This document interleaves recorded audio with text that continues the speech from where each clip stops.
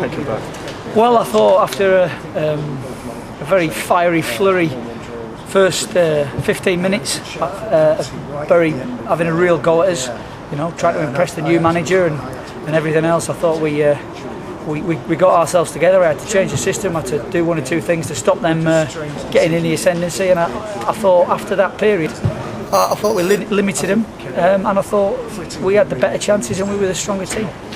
Playing two up front in this game, it was McLeod and Platt back again.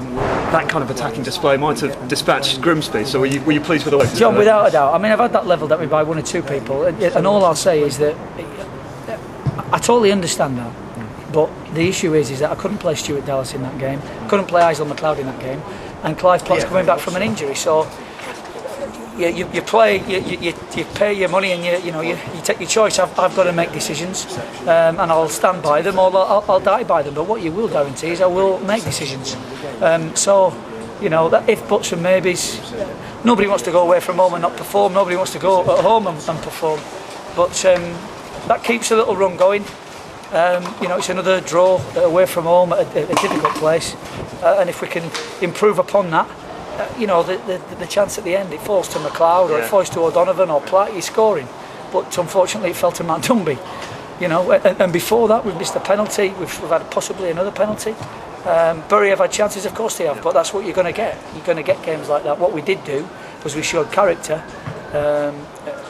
One thing I will not accept is when people say, "Oh, your teams, didn't put up a fight." We always put up a fight, and I'll put up a fight with anybody. That's my nature, and I thought we did that today, and we came away with a point, and the players are disappointed. To the penalties, then.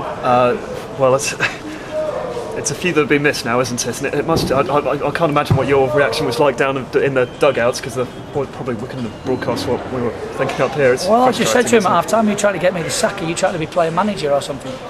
But that's what's happening at this moment in time. We've missed the penalty at Southend. We've hit the bar at York. Yeah. We've missed the penalty at home. Thankfully, we won that game.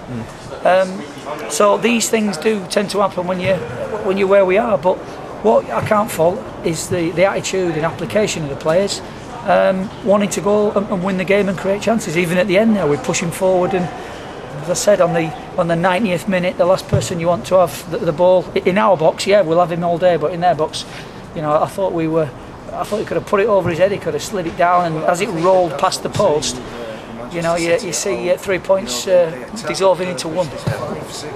As you can see, our view here means that we had a pillar in the way for Roy O'Donovan right at the end of the game. Was that a clear penalty for you? Well, for me it was a penalty. If the Bury penalty was a penalty, which I didn't really know what that was for, it was for contact in an arm, then that should be a penalty as well.